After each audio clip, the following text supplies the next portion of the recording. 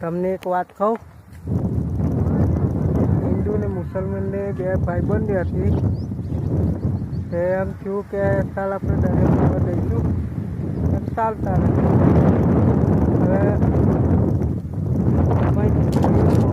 ત્યારે નાવડું હતું ને નાવડામાં હિન્દુ કે બેસશું એટલે ચાલ બેસીને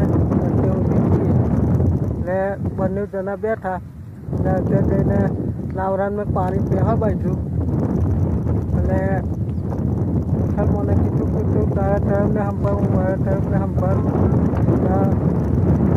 મુસલમાન કે હે અલ્લાહ, હિન્દુ કે હે રામ. રામ આવતા હતા અને મહાકારીને સંભાળ્યો. રામ અટકી ગયા અને મહાકારીને સંભાળ્યા. ખોડિયાલ કીધું કે મહાકારી પણ અટકી ગયા અને ખોડિયાલ આવતા હતા અને નાવરું ડૂબી ગયું અને હિન્દુ ડૂબી ગયો. તો પછી એમ થયું કે ધર્મ તો એમ મુસલમાનનો હતો અને હિન્દુ ચોફેરાનું બોલે છે એટલે એનો ધર્મ ખોટો છે.